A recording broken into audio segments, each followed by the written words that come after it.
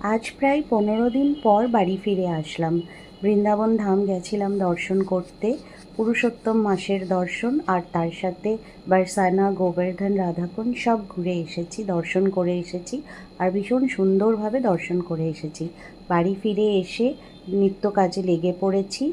আর এই যে আমাদের রাই মাধব নিমাই স্নান টান সমস্ত কিছু কমপ্লিট, ওরা রেডি। এদিকে আমার রান্নাও হয়ে গেছে। তো আজকের রান্না খুব, এত গরম, রান্নাঘরে তো মানে টেকাই যাচ্ছে না, কিন্তু রান্না ভোগ তো করতেই হবে।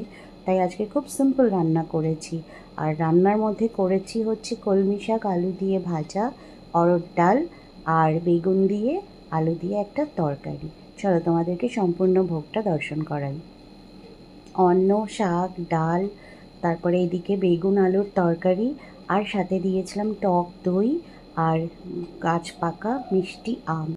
ভিডিওটা ভালো লাগলে কিন্তু অবশ্যই রাধে রাধে লিখে যেও।